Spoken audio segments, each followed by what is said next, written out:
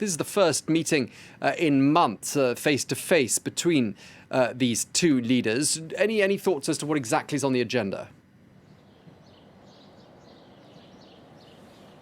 Well, you're pretty much hitting the highlights there. But I think what really has changed since the beginning of the coronavirus outbreak is that the Franco-German couple of history, the motor of Europe, which many people said was moribund, no longer had any ideas, has, thanks, if you will, to the crisis, once again become the motor of Europe, really driving the ideas, particularly when in May, Macron and Merkel said we need to have a 500 billion euro reconstruction fund. And this was significant, very significant for the Germans because they don't like mutualizing debts. You remember they refused to do that during the sovereign debt crisis, and all of a sudden France and Germany coming up with the idea, which really became the core of the European Commission's plan to restart the European economy. And Angela Merkel said in a video address over the weekend that this was necessary to help save the European economy, in part because German exports rely on having customers around Europe, and it was a matter of solidarity. So Merkel, this is her swan song, if you will, rotating presidency of the European Union. She's set to leave the political stage at the end of 2021, and all of a sudden she once again seems to be, at least in many parts of Europe, the manager of crises that many said she was very unwilling to be.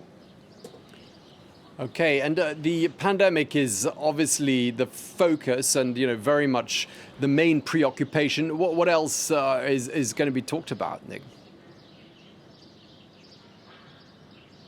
You're right. Well, the German diplomats haven't completely abandoned their six-month rotating presidency agenda, which diplomats typically work on for years ahead.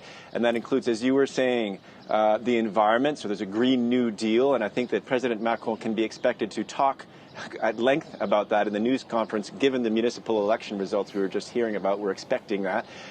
They're also going to be talking about the need to have better relations or rework relations with China and Russia and to a certain extent the United States. Everybody is wondering what's going to happen in November with the American presidential election. Let's remember Donald Trump has questioned the utility of the European Union, the utility of NATO, all kinds of panic, if you will, in Europe, with Angela Merkel saying it's time for Europe to think of its own defense.